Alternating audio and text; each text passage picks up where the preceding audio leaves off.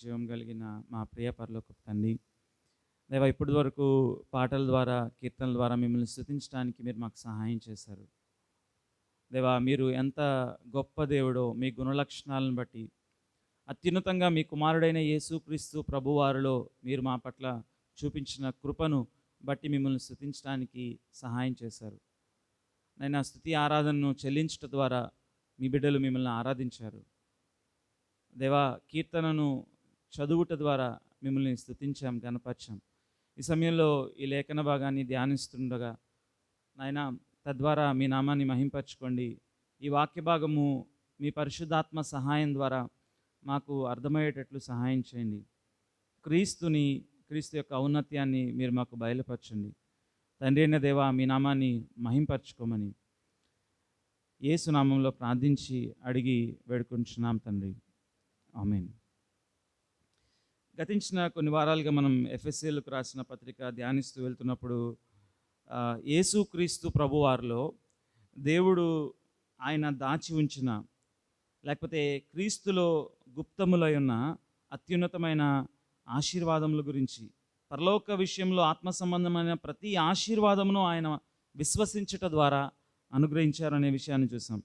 ఏ విధంగా మనల్ని ఆయన ఏర్పాటు చేసుకొని ఆయన సంకల్పంలో మనల్ని జగత్తు పునాది వేయబడక మునిపే ఎరిగి ఉన్నవాడై కాలములో మనల్ని పిలిచి మరియు మనల్ని అడాప్ట్ చేసుకొని తన కుటుంబంలోనికి మనల్ని స్వీకరించి ఆయనకి మనకు ఆయన తండ్రిగా ఉంటూ, మరియు అంత మాత్రమే కాదు, క్రీస్తులో మన ప్రతి పాపములను క్షమించి మనకు విమోచనను అనుగ్రహించి మన పాపము తాలూకా క్రయధనమును వెలను చెల్లించి మనల్ని విడుదల చేసి పరిశుద్ధాత్మను సంచకరువుగా మనకు అనుగ్రహించి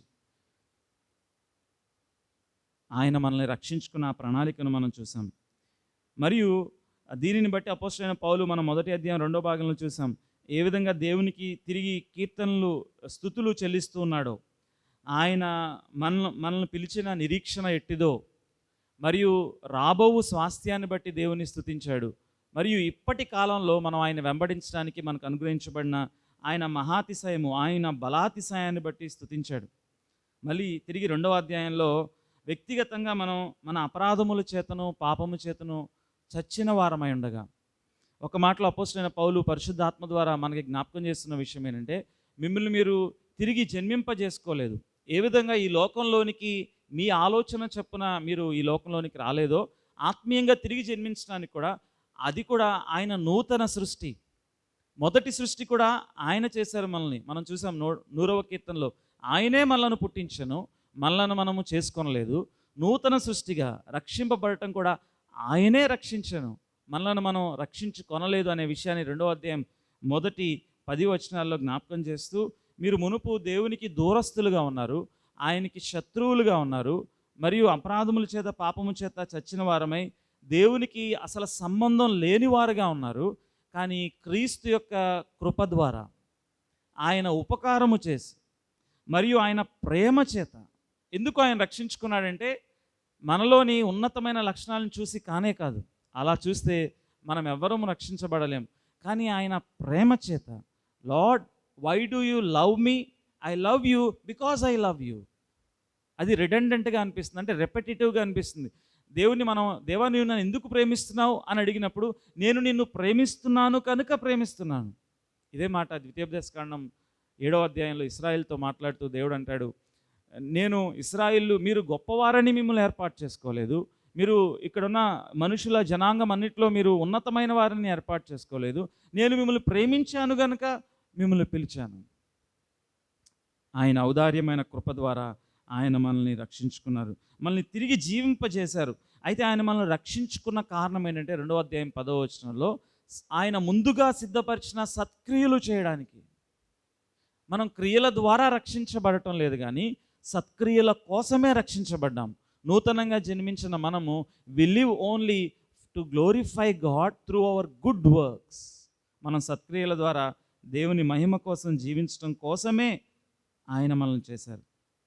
అయితే 11వ వచనం నుంచి 2వ అధ్యాయంలో మనం చూసినట్లయితే, మునుపు మనం దేవునికి దూరస్తులం మాత్రమే కాదు, ఒకరికి ఒకరం దూరస్తులంగా ఉన్నాం.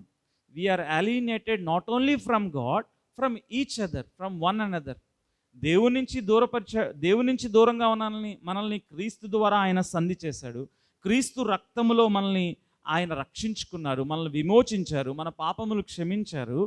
11వ వచనం నుంచి ఆ అధ్యాయం చివరి వచనం వరకు చూసినట్లయితే మనల్ని ఒకరితో ఒకరిని కూడా సంధి చేశాడు. ముఖ్యంగా అన్యజనాంగంతో మాట్లాడుతూ అపోస్తలుడైన పౌలు పరిశుద్ధాత్మ ద్వారా ఏమని జ్ఞాపకం చేస్తున్నాడంటే, మీరు యు ఆర్ సిటిజన్షిప్ లెస్, మీకు పౌరసత్వం లేదు. ఇశ్రాయేలీయులకైతే కనీసం వారు క్రీస్తుని ఎరుగనప్పటికీ దేవుని చేత ఏర్పాటు చేయబడిన జనాంగమై ఉన్నారు.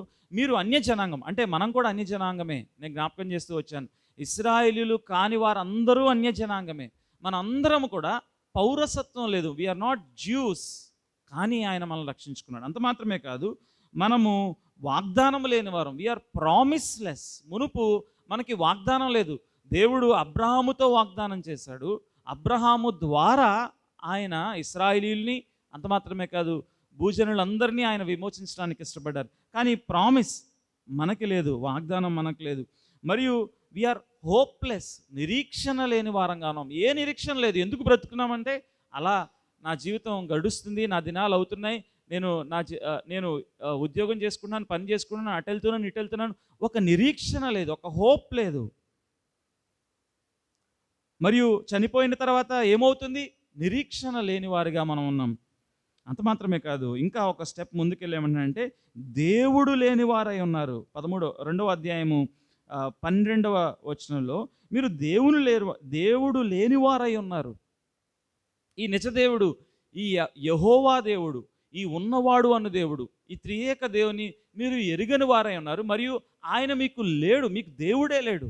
ఆ మాటకు వస్తే నేను జ్ఞాపకం చేస్తూ వచ్చాను, అన్యజనులకి ముఖ్యంగా ఎఫ్ఎస్సి ప్రాంతంలో వారి దేవుళ్ళ సంఖ్య ఎంత అత్యధికం అంటే జనాభా కంటే ఎక్కువ, అంత ఎక్కువ దేవుళ్ళు ఉన్నారు.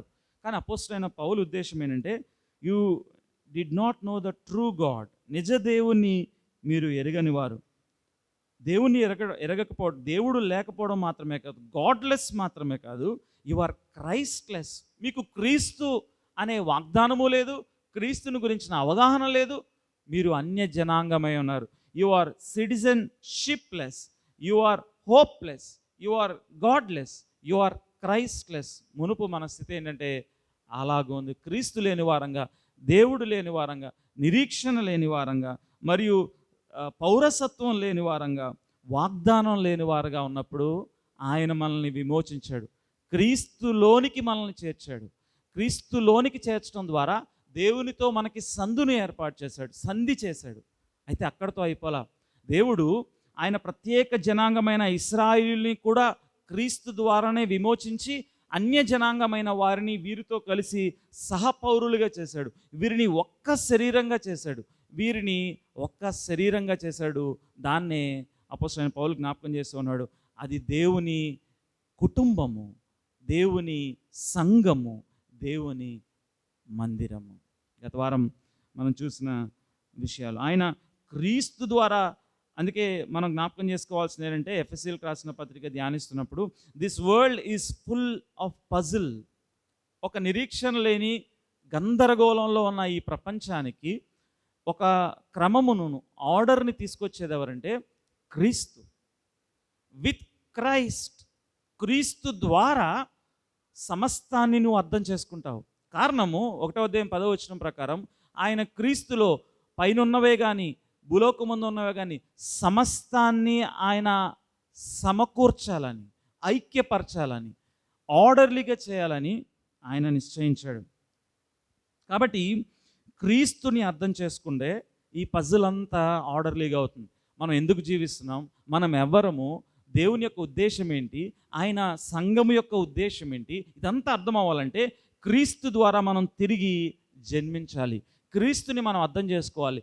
యేసుక్రీస్తు ప్రభువారి రక్తములో మన పాపములు కడుక్కొని మనం ఎప్పుడూ దేవునికి చేరుకోలేని వారంగా ఉన్నప్పుడు విశ్వసించుట ద్వారా మనల్ని క్రీస్తులో మన ప్రతి పాపమును కడిగివేసి, కేవలం విశ్వాసం ద్వారా నీవు పొందవలసిన పాప శిక్షను క్రీస్తు మీద మోపి క్రీస్తుని బలి చేయటం ద్వారా విశ్వసించిన వారికి దేవుడు ఆయనతో సహవాసాన్ని ఏర్పాటు చేశారు. క్రీస్తుని ఎరిగి ఉన్నావా?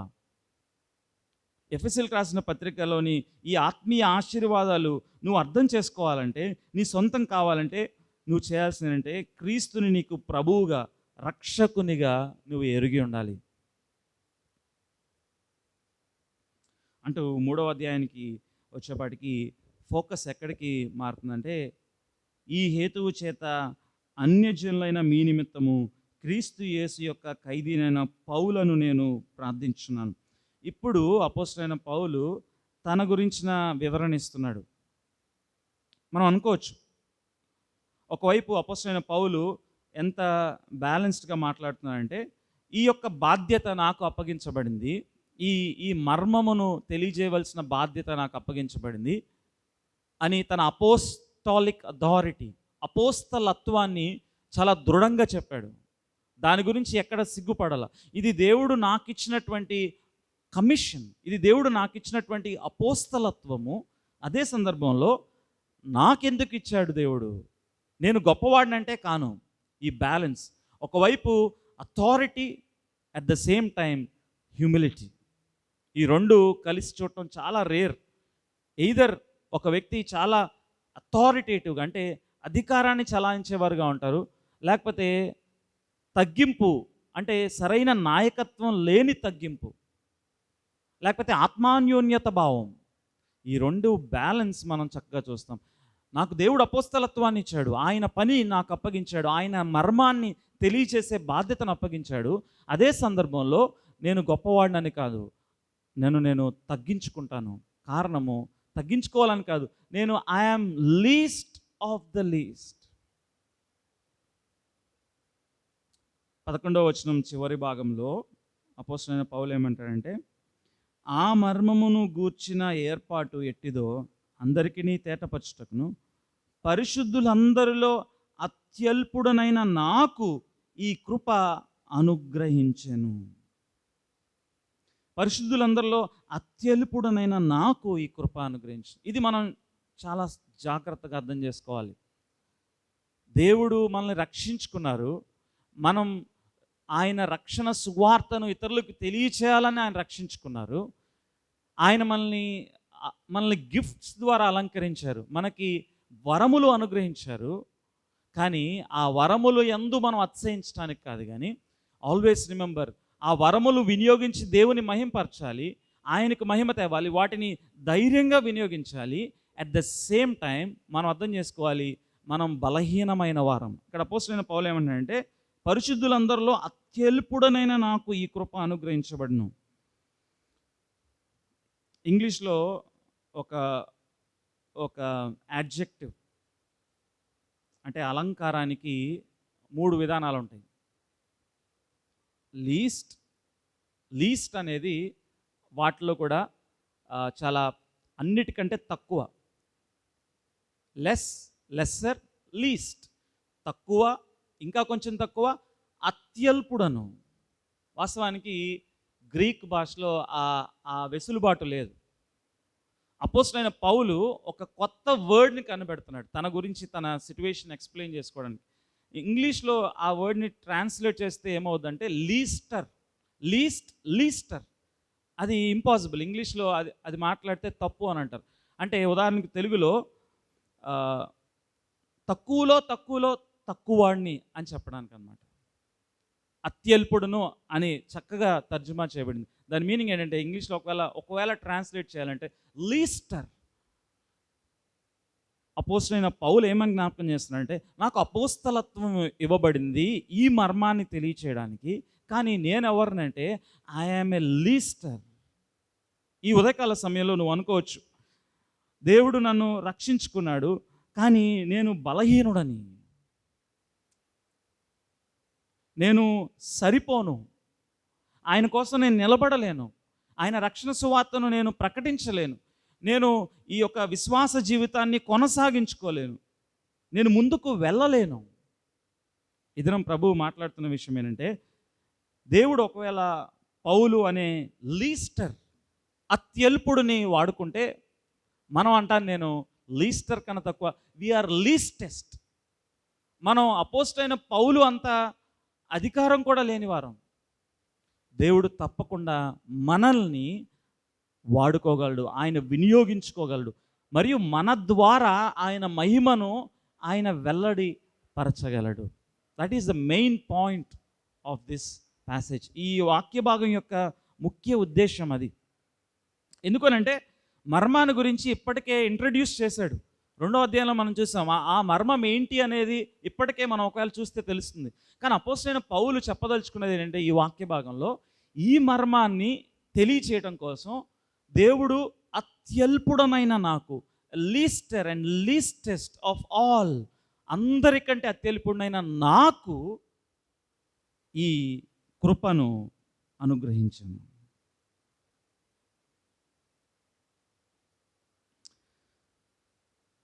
మూడవ అధ్యాయం 1వ వచనం. ఈ హేతువు చేత అన్యజనులైన మీ నిమిత్తము క్రీస్తు యేసు యొక్క ఖైదీనైన పౌలను నేను ప్రార్థించుచున్నాను. మీ కొరకు నాకు అనుగ్రహింపబడిన దేవుని కృప విషయమైన ఏర్పాటును గురించి మీరు విని ఉన్నారు. పౌలు వాస్తవంగా నీరో చక్రవర్తికి ఖైదీగా ఉన్నాడు. తను ఇది ఒక అరెస్ట్ టైంలో రాస్తున్నటువంటి పత్రిక. ఇది ప్రెజెంట్ ఎపిసోడ్ అని అంటారు. కానీ అపోస్తలుడైన పౌలుకి స్పష్టంగా అర్థమైన విషయం ఏంటంటే, నేను ఏ చక్రవర్తికి కాదు ఖైదీని, నేను క్రీస్తు యేసు యొక్క ఖైదీని. మరియు ఎవరి గురించి అంటే, ఏ కారణం చేతనంటే అన్యజనులైన మీ నిమిత్తము. నేను స్వాభావికంగా పరిసయుడును, బెన్యామీను గోత్రమునకు చెందినవాడను, సున్నతి పొందినవాడను, ఇశ్రాయేలీయులను. కానీ నేను మీ నిమిత్తము ఖైదీనై ఉన్నాను, అన్యజనాంగమైన మీ నిమిత్తము నేను ఖైదీనై ఉన్నాను అని ప్రార్థించడం ప్రారంభించి, వాస్తవానికి ఇవాళ మనం చదివిన ఈ వాక్య భాగం అంతట్లో ప్రార్థన చేయడు. ఇంకా కావాలంటే మనం చూడండి 14వ వచనంలో ఈ హేతువు చేత అని అక్కడ ప్రారంభిస్తాడు ప్రార్థన. అంటే ఈ 13 వర్సెస్ ఏంటి, బ్రాకెట్లో ప్రార్థించుచున్నాను నేను అని చెప్పి తన ఎక్స్ప్లెనేషన్ ఇస్తూ దేని గురించి ప్రార్థించబోతున్నాడో తెలియచేస్తూ ఉన్నాడు. మీ కొరకు నాకు అనుగ్రహింపబడిన దేవుని కృప విషయమైన ఏర్పాటుని గురించి మీరు విని ఉన్నారు. దేవుడు నాకు ఈ అపోస్తలత్వం ఇచ్చింది ఎందుకంటే మీ నిమిత్తము, అన్యజనాంగమైన మీ నిమిత్తం. 3వ వచనం. ఎట్లనగా క్రీస్తు మర్మము దేవ దర్శనము వలన నాకు తెలియపరచబడినదను సంగతిని గురించి మునుపు సంక్షేపముగా రాసితిని. ఇదిన మనం జ్ఞాపకం చేసుకోవాల్సింది ఏంటంటే, ద మిస్టరీ ఆఫ్ గాడ్, క్రీస్తు మర్మము. అపోస్తలుడైన పౌలు దాన్ని ప్రత్యేకంగా దేవుని యొద్ద నుంచి పొందుకున్నాడు. అది మొదటి విషయం. రెండవది, దాన్ని తెలియపరచుటకు పూనుకున్నాడు. I'm revealed of the mystery and I'm commission to share, proclaim the mystery. Brother, మర్మము అంటున్నారు, అసలు మర్మం ఏంటి? 5వ వచనంలో అంటున్నాడు, ఇది అపోస్తులకును క్రీస్తు ప్రవక్తలకును బయలుపరచబడి ఉన్నది. 6వ వచనం. ఈ మర్మం ఏదనగా అన్యజనులు సువార్త వలన క్రీస్తు యేసునందు యూదులతో పాటు సమాన వారసులను, ఒక శరీరమందలి సాటి అవయవములను వాగ్దానములో పాలివారునై ఉన్నారన్నదే. మర్మం ఏంటంటే అన్యజనులు కూడా దేవుని యొక్క ప్రణాళికలోనికి చేర్చబడ్డారు. అయితే మనకు సందేహం కలగాలి, ఈ దినం మనం చదివిన కీర్తన ఏంటిది? 117వ కీర్తన. ఒకసారి 117వ కీర్తన 2వ చరణాన్ని చూద్దాం.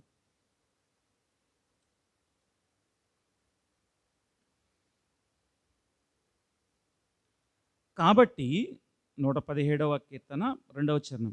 కాబట్టి సమస్త అన్యజనులారా యెహోవాను స్తుతించుడి. అపోస్తలుడైన పౌలా, కీర్తనలో కీర్తనకారులు కొన్ని వందల సంవత్సరాల క్రితం అన్యజనులు కూడా స్తుతించమన్నారు. ఈ దేవుని ప్రణాళిక నువ్వు కొత్తగా మాకు తెలియజేస్తున్న మర్మమ. What is mysterious about this? Mystery అనే పదానికి అర్థమైనంటే మునుపు దాచబడి ఉండి ఇప్పుడు ప్రత్యేకంగా బహిర్గతం చేయబడింది, ఇప్పుడు రివీల్ అయింది. పౌల్ని వారు అడగాలి, ఓ పౌలా, అన్యజనులు దేవుని ఆరాధిస్తారనే విషయం అక్కడే తెలియజేయబడింది.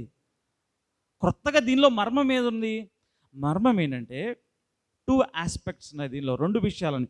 ఒకటి, దేవుని యొక్క ప్రణాళిక ఏంటంటే క్రీస్తు ద్వారా అన్యజనులను ఇశ్రాయేలీయులను ఒక్క శరీరంగా చేయడం, ఒక్క సంఘముగా చేయడం. That is the mystery aspect 1.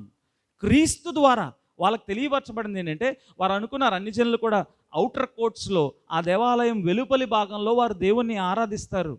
వారికి కూడా కొంతమందికి వెసులుబాటు ఇవ్వబడింది, వారు కూడా కొంతమంది చేర్చబడతారు, బయటే ఉంటారు. కాదు, క్రీస్తు ద్వారా వారి ఉభయులకు మధ్య ఉన్న మధ్య గోడను పడగొట్టి వారి ఉభయులకు సంధి చేశాను. ఇప్పుడు చదువుదాం 6వ వచనం. ఈ మర్మం ఏదనగా అన్ని జనులు సువార్త వలన క్రీస్తు యేసునందు. అందుకే రెండో ఆస్పెక్ట్ ఏంటంటే సువార్త వలన, శుభవార్త వలన, ఈ గాస్పల్ వలన ఈ unity of juice and Gentiles.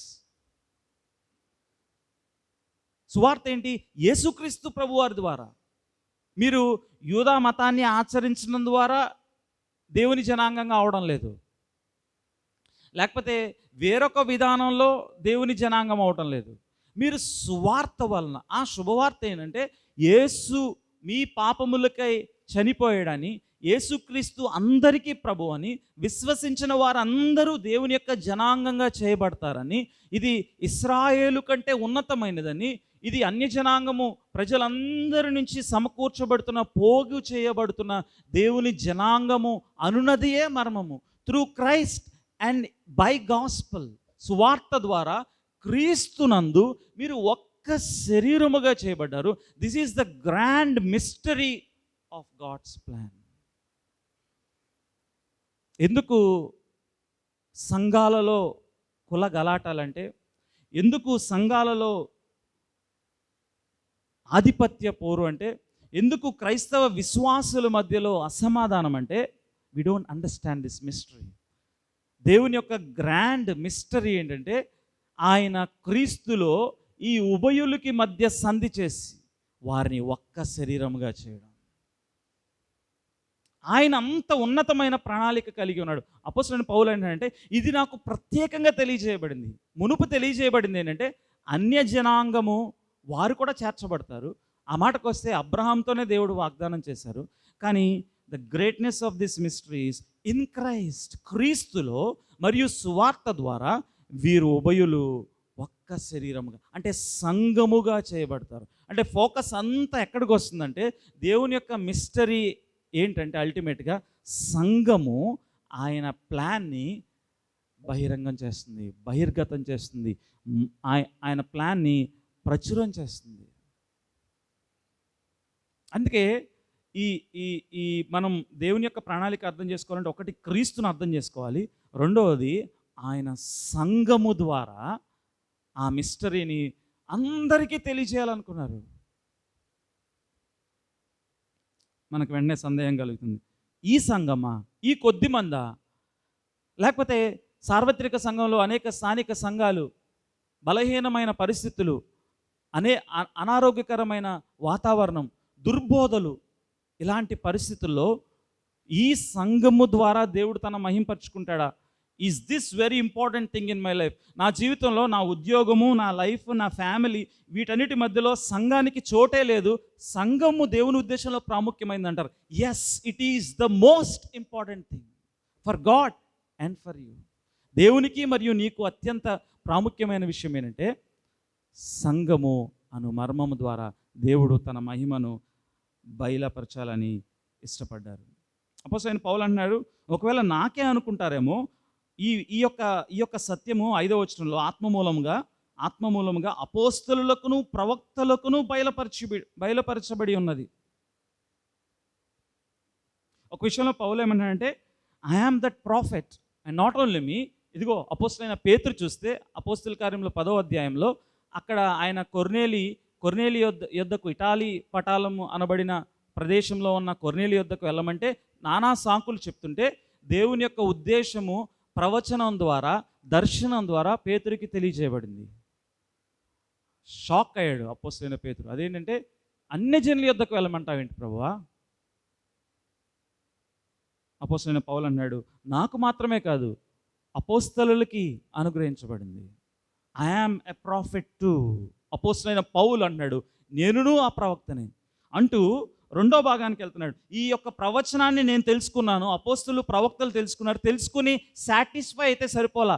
దాన్ని నాకు దేవుడు ఏం చేయమనంటే, I am sent out, I am commission, I am an apostolos. నేను ఇప్పుడు అపోస్తలుడును. దేని నిమిత్తం అంటే, ఈ యొక్క మర్మాన్ని ఇతరులకు తెలియజేయడానికి. ఇక్కడ ఒక నిమిషం పాజ్ అయ్యి మన జీవితాన్ని పరిశీలించుకొని, మనం ఎంతసేపు తెలుసుకోవడం, వినడం కాదు, దాన్ని తెలియచేయాలి, దాన్ని ప్రకటించాలి. ఇతరులకి మనం ఈ యొక్క సత్యాన్ని, ఈ సువార్త సత్యాన్ని తెలియచేయాలి. 7వ వచనం, దేవుడు కార్యకార్యగు తన శక్తిని బట్టి నాకు అనుగ్రహించిన కృపావరము చొప్పున నేను ఆ సువార్తకు పరిచారకుడనైతిని. మునుపేమన్నాయంటే 3వ వచనంలో, అది నాకు తెలియజేయబడింది, it is revealed to me. ఇప్పుడు 7వ వచనంలో ఏంటంటే, ఇప్పుడు నేను ఆ సువార్తకు పరిచారకుడనైతిని. I am a prophet, now I am an apostle. నేను ప్రవచనము నాకు ప్రత్యేకంగా ఇవ్వబడింది. ఇప్పుడు నేను దాన్ని ప్రకటించడానికి పంపబడిన వాడను. ఈ దినం గత వారం కూడా మనం జ్ఞాపకం చేసుకున్నాం, అపోస్తలు లేరు, ప్రవక్తలు లేరు. ఇన్ ద సెన్స్ లైక్, దేవుని ప్రత్యక్షంగా చూసిన వారు, లేకపోతే వారికి ఇవ్వబడిన రెవల్యూషన్, అది దర్శనము ద్వారా ప్రత్యేకంగా ఇవ్వబడింది. ఈ దినాల్లో ఎవరు కూడా నేను ప్రాఫెట్, అపోస్టల్ అని చెప్పుకోవడానికి లేదు. కారణం ఏంటంటే, వారికి ఇవ్వబడిన మర్మములు ప్రత్యక్షంగా దేవుని నుంచి సంఘ క్షమాభివృద్ధి కొరకు, దేవుని నుంచి ఆయన మాటలు వారు రాశారు. ఈ దినం నేను ఒక బుక్ తీసుకొని, నేను ఒక పెద్ద థియాలజీ పుస్తకం రాస్తే అది రెవల్యూషన్ కాదు. లేకపోతే దేవుడు నాకు ప్రత్యేకంగా ఒక మర్మాన్ని ఇచ్చాడంటే అది రెవల్యూషన్ కాదు. అది ఎక్కడ దరిదాపుల్లో కొనికి రాదు. దేవుని లేఖనం వెలుపల ఏ పుస్తకం కూడా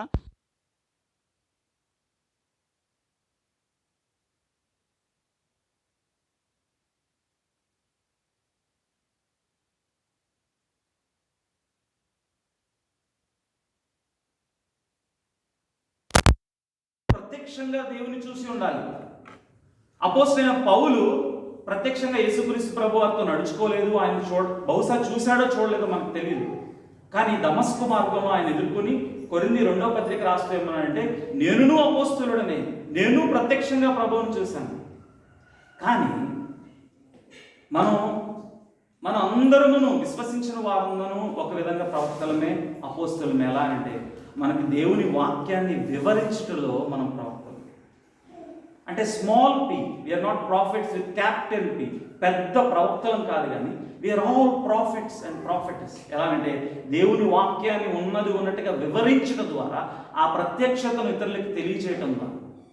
మరియు మనం కూడా అపోస్తలుమే. ఎలా అంటే, వారి వలె ప్రత్యక్షంగా ప్రభువుని చూడలేదు, కానీ పరిశుద్ధ ఆత్మ ద్వారా తిరిగి జన్మింపబడి మనం కూడా ఆయన్ని ప్రకటించడానికి పంపబడిన వారు. మీరు వెళ్ళండి, సమస్త జనులను శిష్యులుగా చేయండి, ఇదిగో యుగ సమాప్తి వరకు మీతో సదాకాలము మీతో కూడా ఉంటాను.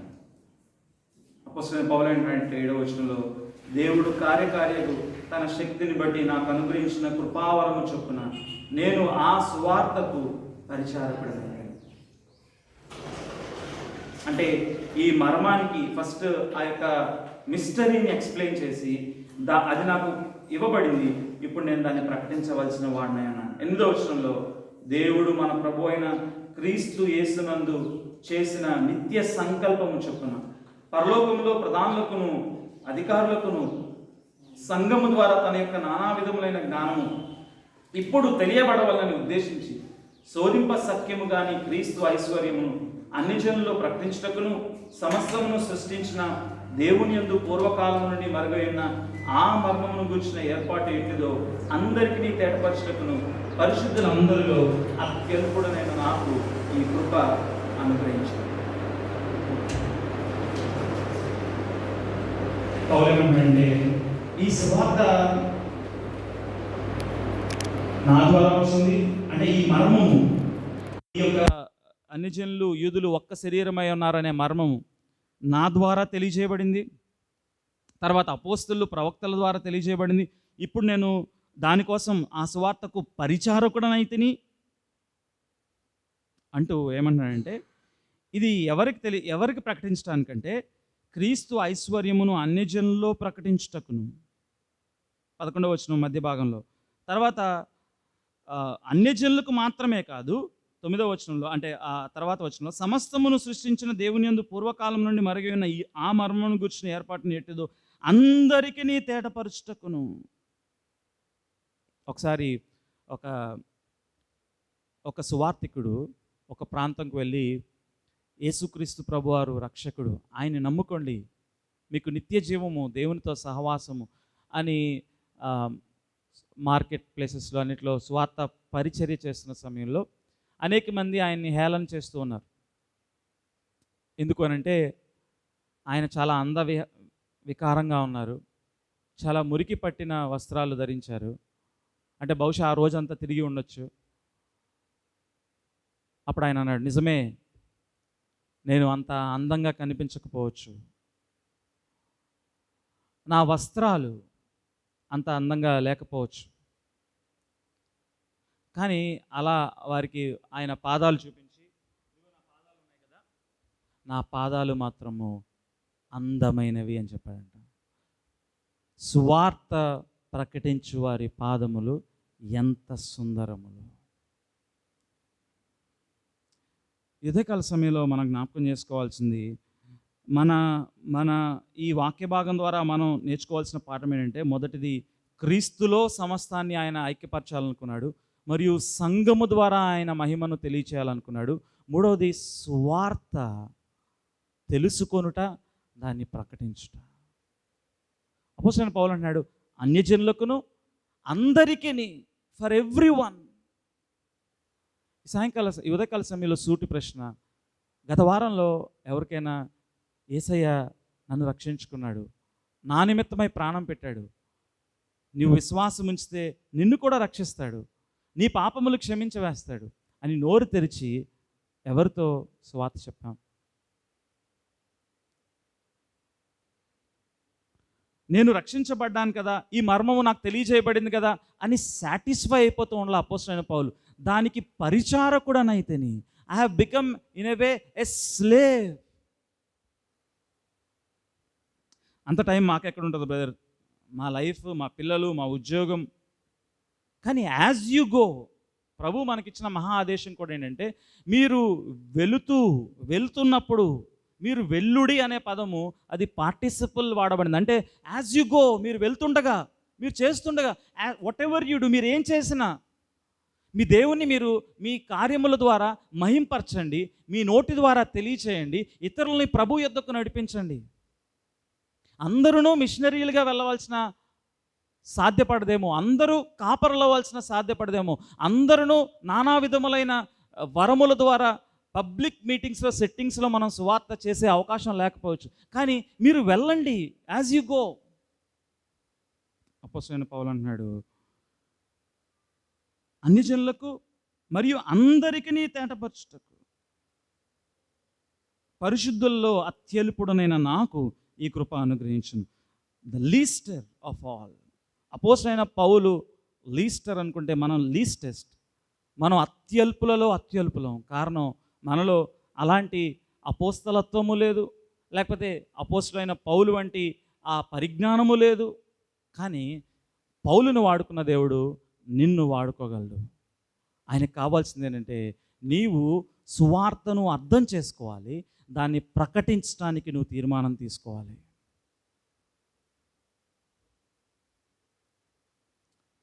అంత మాత్రమే కాదు, ఏమంటున్నాడంటే, దేవుడు ఏం చేయాలనుకున్నాడంటే, దేవుడు మన ప్రభు అయిన క్రీస్తు యేసునందు చేసిన నిత్య సంకల్పము చొప్పున పరలోకములో ప్రధానులకును అధికారులకును సంఘము ద్వారా తన యొక్క నానావిధ జ్ఞానమును ఇప్పుడు తెలియపరచవాలని ఉద్దేశించి దేవుడు ఏమనుకున్నాడంటే, ఈ చర్చ్ని, ఈ మల్టీ రేస్, లేకపోతే వివిధమైనటువంటి జాతులు ఉన్నటువంటి సంఘం, ఈ వివిధమైనటువంటి మనస్తత్వాలు, వివిధమైనటువంటి బ్యాక్గ్రౌండ్స్ వీరందరూ కలిసి ఒక్క శరీరంగా ఉండటము అనేది ఇది బ్యూటిఫుల్ డిస్ప్లే. ఎలాంటి డిస్ప్లే అంటే ఇక్కడ నానా విధములైన అనే పదం వాడబడింది. అది పాత నిబంధనలో ఓల్డ్ టెస్ట్మెంట్లో ఎక్కడ వాడబడిందంటే యోసేపు వస్త్రానికి వాడబడింది. ఎలాంటిది యోసేపు వస్త్రం? Multi coloured. ఆ వస్త్రాన్ని గురించి ఆయన సహోదరులు ఆయన మీద ఈర్షపడతారు కదా. అంటే సహవాసం గురించి అలాంటి multi ethnic. The beauty of God's church is variety. ఈ దినాల్లో ఆశ్చర్యం కలిగించేది ఏంటంటే సంఘం అంటే ఎలా, మా వాళ్ళు అందరూ ఉండే ఒక సంఘం ఉందండి అక్కడికి వెళ్తానండి. That is not a church, because church by it self is mixing of all people. Only qualification అంటే యేసుక్రీస్తు ప్రభువు వారి ద్వారా రక్షించబడిన వారు, నిజంగా సువార్తను అంగీకరించిన వారు, వారు ఎక్కడి నుంచైనా రావచ్చు. I don't care if is a black, if is a white, if is different caste, whatever may be. యేసయ్య ద్వారా తిరిగి జన్మిస్తే వారు సంఘములో భాగమవుతారు. That is the beauty. నానా విధములైన దేవుని జ్ఞానము ఆయన వెల్లడి చేయాలనుకున్నారు. ఎవరికి? ప్రధానులకును అధికారులకును. ఆడియన్స్ ఎవరంటే దేవదూతలకు కూడా ఈ మిస్టరీని ఆయన చెప్పలేదు. ఆయన ప్రణాళికను ఉద్భవింపజేస్తూ దాన్ని ముందుకు తీసుకెళ్తున్నప్పుడు దేవదూతలకి మిస్టీరియస్గా ఉంది. ఏం చేయబోతున్నాడు ప్రభు, ఏం చేయబోతున్నాడు? ఆయన ఏమంటాడంటే సంఘం వైపుకి చూపించి, ఇదిగో దిస్ ఈజ్ మై ప్లాన్, ఇదిగో ఈ జనాంగము. ప్రధానులకును అధికారులకును సంఘము ద్వారా. అంత మాత్రమే కాదు, ఒకవైపు ప్రపంచం కూడా, వరల్డ్ కూడా నవ్వుతుంది. ఈ చర్చ్, ఈ క్రిస్టియన్స్ వీళ్ళేం చేస్తారు? లేకపోతే ఏదైనా జరిగినప్పుడు వాళ్ళు క్షమించి వదిలేస్తారులే, ఏమనర్లే. అవును, క్షమించి వదిలేస్తాం. వాళ్ళకి చిన్న చూపు ఉండొచ్చు విశ్వాసుల పట్ల, కానీ 2000 సంవత్సరాల తర్వాతలో కూడా ఒక్కటే ప్రోగ్రాం నడుచుకుంటూ వెళ్తూ ఉంది. రాజ్యాలు వచ్చాయి, కూలిపోయాయి. అసీరియన్ కింగ్డమ్ ఎదిగింది, కూలిపోయింది. గ్రీసు దేశస్థులు, గ్రీకన్ కింగ్డమ్ వచ్చింది, కూలిపోయింది. రోమా సామ్రాజ్యం కూలిపోయింది. ఈ దినం అమెరికా అనుకుంటున్నాం పతనంలోనికి ప్రారంభమైంది. They come and go.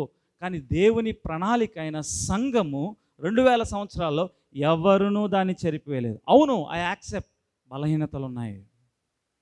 అవును, అనేకమైనటువంటి ఆటుపోట్లో నుంచి సంఘం వెళ్తుంది.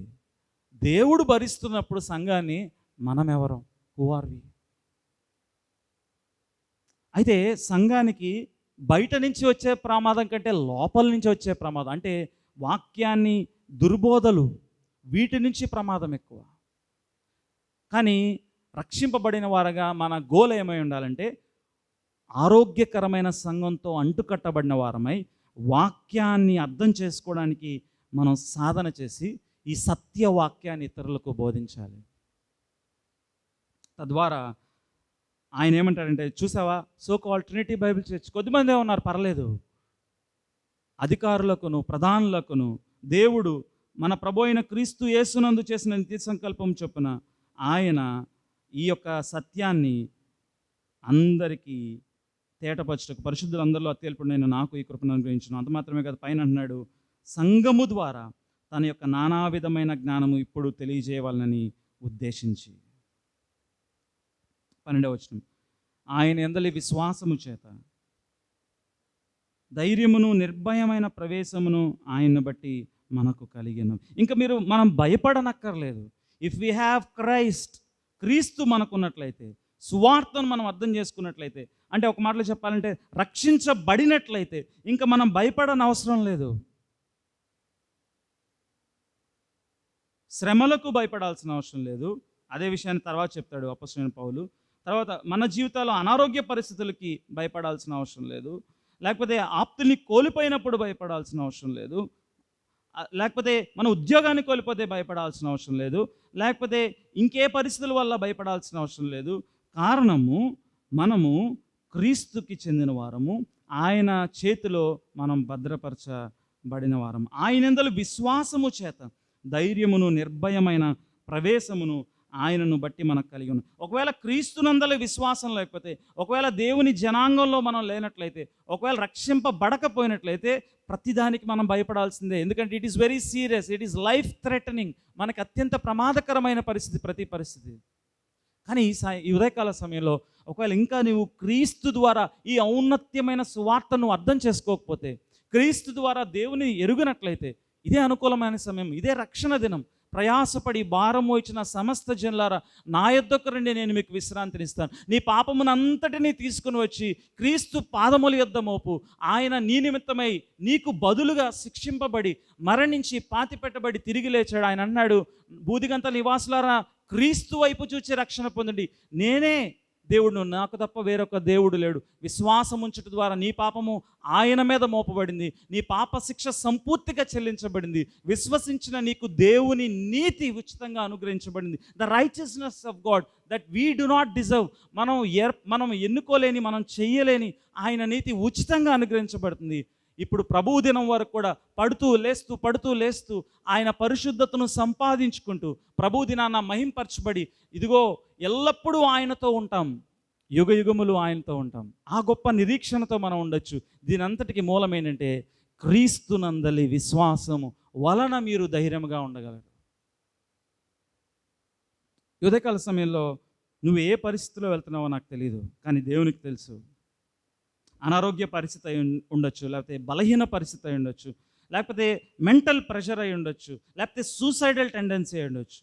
కానీ యేసు క్రీస్తునందలి విశ్వాసము వీటన్నిటినీ పటాపంచలు చేయగలదు. కారణము ఆయన్ని కలిగి ఉంటే సమస్తము కలిగి ఉన్నట్టే, ఆయన లేనట్లయితే ఏమీయూ లేనట్లే. 13వ వచనం, కాబట్టి మీ నిమిత్తమై నాకు వచ్చిన శ్రమలను చూచి మీరు అధైర్యపడవద్దని వేడుకుంటున్నారు. ఓ ఎఫెసీ సంఘమా, నా శ్రమల గురించి మీరు వర్రీ అవ్వద్దు, అధైర్యపడద్దు. కారణము ఐఎమ్ హోప్ఫుల్. నాకు నిరీక్షణ ఉంది, నాకు రాబోయే స్వాస్థ్యం గురించి తెలుసు, నాకు ఆయన బలాతిశయం తెలుసు, నేను క్రీస్తుని ఎరిగి ఉన్నాను, నేను దేవుని యొక్క సహవాసంలో అంటుకట్టబడి ఉన్నాను. అవి మీకు మహిమకరములై ఉన్నవి. ప్రభు యొక్క బలను సమీపిస్తున్న మనము పరీక్షించుకుందాం. మన జీవితంలో దేని గురించి వర్రీ అవుతూ ఉన్నాం, దేని గురించి కృంగిపోయి ఉన్నాం.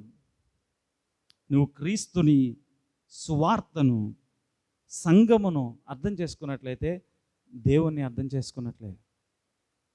ఇంకా భయపడాల్సిన అవసరం లేదు. ఒకవేళ నా పరిస్థితులన్నీ విపత్కరమై ఈ దినం నేను ప్రభు సన్నిధికి ఒకవేళ నేను నిద్రిస్తే ప్రభువునందు ప్రభువుతో కూడా ఉంటాను. ఆ నిరీక్షణ నీకుందా? ఉండాలంటే do you know Christ? That is the only answer. ప్రభు బల్లో చేయవేయడానికి కూడా మనకు అర్హత ఒకటే, సిద్ధపాటు ఒకటే, క్రీస్తు ద్వారా. పరీక్షించుకుని ప్రభు బల్లో చేయవేయడం అంటే ఏంటంటే క్రీస్తుని ధరించుకున్న మనము క్రీస్తు పిలుపునకు తగినట్లుగా జీవిస్తున్నామా లేదా అని పరీక్షించుకుని దేవునితో మన సంబంధాన్ని పరీక్షించుకుందాం. దేవా, మీరు నన్ను రక్షించుకున్నారు, మీ పిలుపునకు తగినట్లుగా నేను జీవిస్తున్నానా? గతించిన సమయాల్లో నేను పాపంలో పడ్డాను, అదే పాపంలో జీవిస్తూ ముందుకెళ్ళిపోతున్నాను. లేదు, అలా వెళ్ళను. నన్ను నేను ప్రక్షాళన చేసుకొని మీ పిలుపునకు తగినట్లుగా నేను జీవించడానికి ఆత్మ ద్వారా సహాయం చేయండి. దేవునితో మన సంబంధాన్ని సరిచేసుకుందాం. నేను రక్షింపబడ్డాను, కానీ సమాధానం లేదు. సహవాసంలో ఇతరులతో మన సమాధానాన్ని పరీక్షించుకుందాం. అదే సందర్భంలో వెనక్కి చూద్దాం. వీటన్నిటినీ క్షమించగలిగింది యేసుక్రీస్తు ప్రభువారి రక్తము. యేసు రక్తము ప్రతి పాపము నుండి మనలను పవిత్రులుగా చేయను. ప్రార్థన చేసుకుందాం. మహోన్నత జీవం కలిగిన మా ప్రియ పరలోకపు తండ్రి, ఉదయకాల సమయం దేవా, మీ వాక్యం ద్వారా మీరు మాతో మాట్లాడినందుకు మీకు వందనాలు. అపోస్తలుడైన పౌలు అత్యల్పుడు దేవా, అపోస్తలుడైన పౌలుని మీ యొక్క మర్మమును అర్థం చేసుకునేటకు మరియు మీ మర్మాన్ని ఇతరులకి తెలియచేయుటకు మీరు వినియోగించుకున్నారు. పౌలుని వాడుకున్న మీరు మమ్మల్ని కూడా వాడుకుంటారని ఈ దినం మీరు మాకు జ్ఞాపకం చేస్తూ వచ్చారు. అయితే ఈ మర్మం ఏంటో మేము అర్థం చేసుకోవడానికి సహాయం చేయండి. దేవుడు క్రీస్తులో యూదులను అన్య జనాంగాన్ని ఒక్క శరీరంగా చేశారు.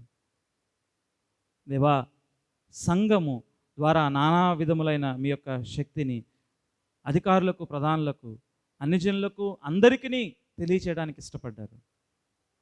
దేవా, ఇంత గొప్ప సహవాసంలో మీరు మమ్మల్ని చేర్చారు, మీకు వందనాలు నాయన. అందును బట్టి మేము ఇంకా భయపడనక్కర్లేదని, అధైర్యపడవలసిన అవసరం లేదని మీరు మాకు జ్ఞాపకం చేస్తూ వచ్చారు. దేవా, మిమ్మల్ని కలిగి ఉంట మా జీవితంలో ఎంత గొప్ప భాగ్యము. మా పరిస్థితులు, మా ఇరుగు పొరుగు వారు, మా బంధుమిత్రులు, మా మానసిక పరిస్థితులు, ఆర్థిక పరిస్థితులు ఇవన్నీ మమ్మల్ని కృంగదీసిన వాటి వలన మేము దుఃఖపడవలసిన వారము కాము. కారణము మీలోని నిరీక్షణ ఉన్నతమైనది. ఆయన పౌలు ద్వారా మీరు మాకు జ్ఞాపకం చేస్తూ వచ్చారు, శ్రమలు మహిమకరమై ఉన్నవి. దేవా, ఈ ఉదయకాల సమయంలో అటువంటి శ్రమ పరిస్థితుల్లో నుంచి వెళ్తున్న మా సహోదర సహోదరులను జ్ఞాపకం చేసుకొని, అవి మీరు మహిమకరంగా మా జీవితాల్లో ఉంచారని జ్ఞాపకం చేసుకొని, మా పరిశుద్ధతకే, శాంక్టిఫికేషన్కే మీరు అనుమతించారని మీ వైపు చూస్తూ దేవా ముందుకు వెళ్ళడానికి మీరు మాకు సహాయం చేయండి. మా సంఘ జీవితంలో కూడా నాయన మీరు మమ్మల్ని బలపరిచి, నాయన ఇలాంటి చిన్న చిన్న తారతమ్యాలు, ఆలోచనలు అన్నిటిని ప్రక్కన పెట్టి క్రీస్తు ద్వారా ఐక్యపరచబడిన వారంగా ఒక్క శరీరంగా మిమ్మల్ని మహింపరచడానికి మేము మాత్రమే కాదు, సార్వత్రికంగా సకల పరిశుద్ధులు ఉండినట్లు మీరు కృప చూపించి సహాయం చేయమని యేసు నామంలో ప్రార్థించి అడిగి వేడుకుంటున్నాం తండ్రి. ఆమేన్.